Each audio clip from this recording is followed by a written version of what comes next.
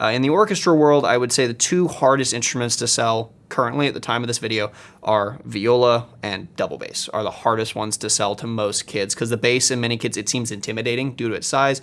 The viola, the range, and especially when the kids are playing on the instrument size that they're playing on with viola, the C string just doesn't tend to match up with the limited fractional sizes. It doesn't get its true resonance until it starts to get a little bigger, and that kind of hard to sell a stuffy sound sometimes.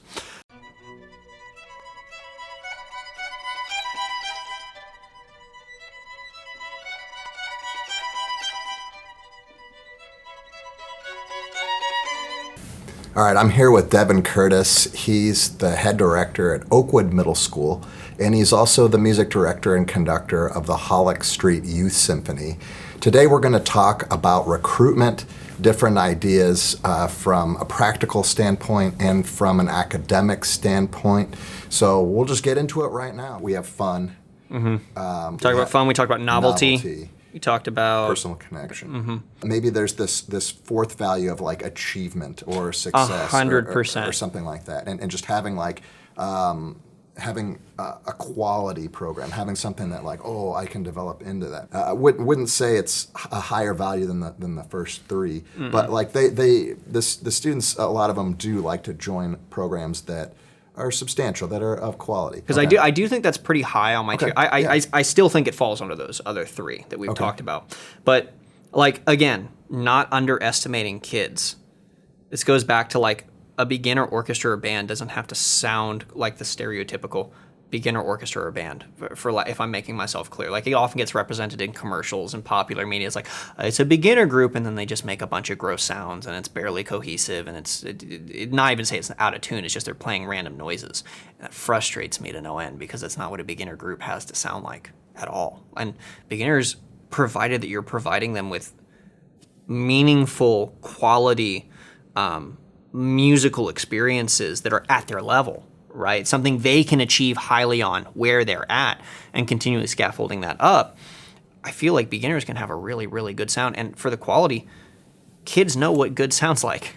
They know what they like to hear. They know what they don't like to hear. And I'm not talking about the finer points of like, yeah, they know that that's 10 cents sharp or flat. I'm just talking about, I liked listening to that group. I didn't like listening to that group, right? They know that. How do we continually justify our existence to adults, to administrators, to parents who facilitate those kids' decisions?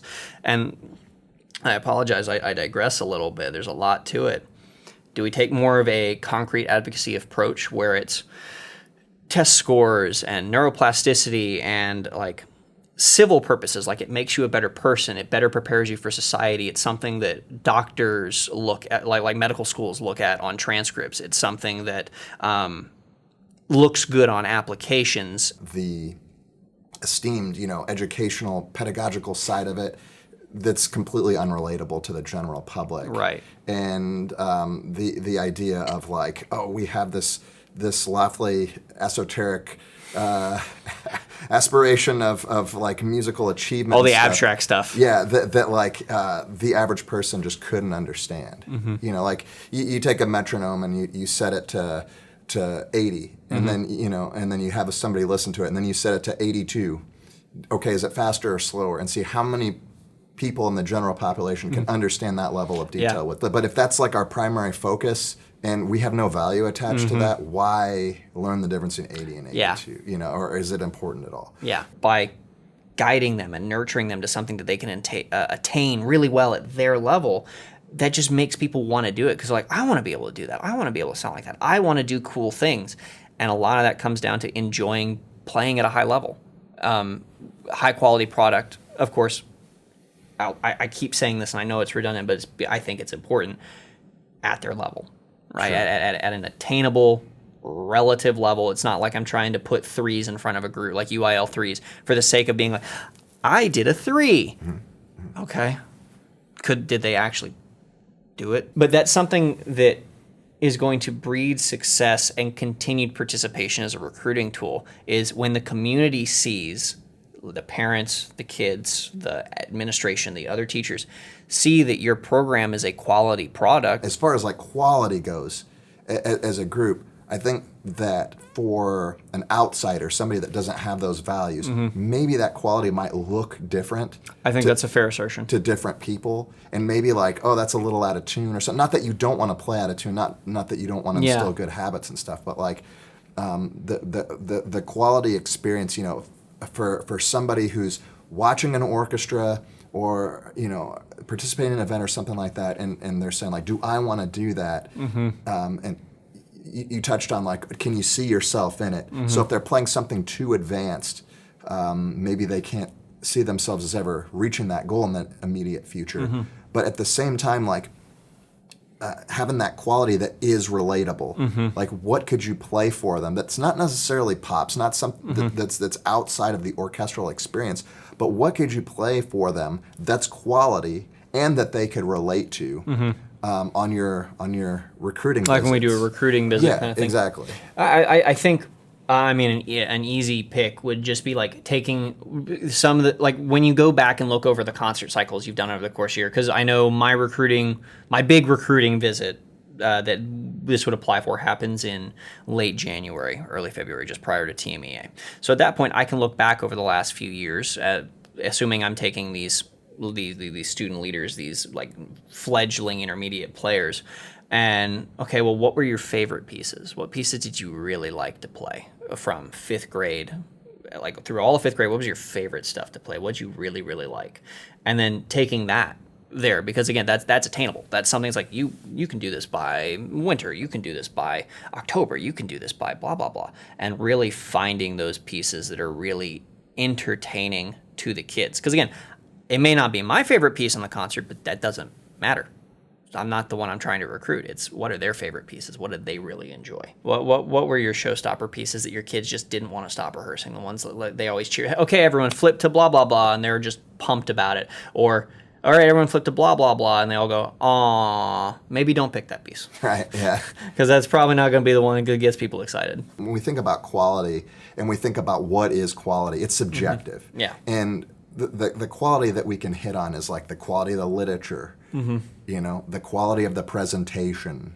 I think there's a lot of value in the quality of action, the way they're bowing, if they're able to bow and move, and if you're able to do something like that where they're bowing and they're moving appropriately, and you start to look into the audience of their potential recruiting class, and you see them starting to move along with the orchestra, then when you see that like neuron mirroring, you got them. That you've got them. And so I have students that are second-year students. They're my 6th graders.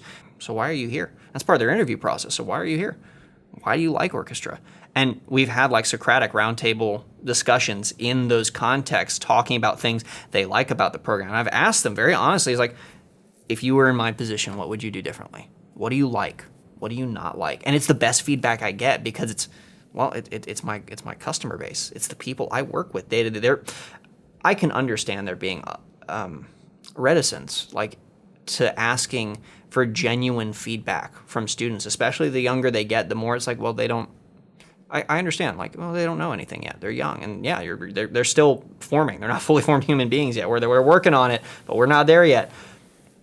But I feel like most people don't take kids near as seriously as they should. I have a 8-week leadership training course on teachingorchestra.com that's available for purchase. And a lot of people say, well, I would never do this in my program because I just have beginners or whatever. And I think they're really underestimating the power of their students. Oh, yeah. They might not be able to be leaders now, but once you teach them, once you empower them, you'd be surprised what they could do. But when I'm talking about students I've vetted and gone through an intense interview process with, and like they have to do a playing portion, I know that they're up to snuff and they're here and they care about what they do, their feedback is invaluable. And those are the kids I would take with me to go, hey, like this is part of your responsibility, is like you need to share your experiences with kids as far as the positive light of why you're here.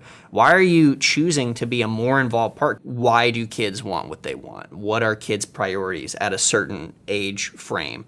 And how that's not necessarily the same for every kid, but when we're trying to go for mass appeal, what are we really targeting with our audience? Well, this has been a great conversation. Devon, I appreciate you coming on, and I appreciate you watching.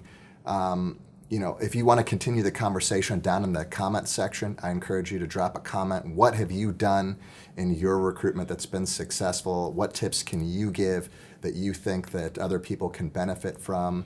And also, don't forget to share this content with others. Help us spread the content out, help us continue the conversation, get this stuff going, because again, we want you to be a part of that hero arc. We want you to be successful in your program, and because orchestra can, even as a director, can take you to some pretty great places. So, thank you for watching, and we'll see you next time.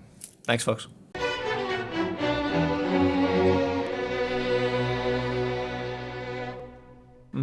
It's like, hey, that's what sailors do. We suck on a line. We didn't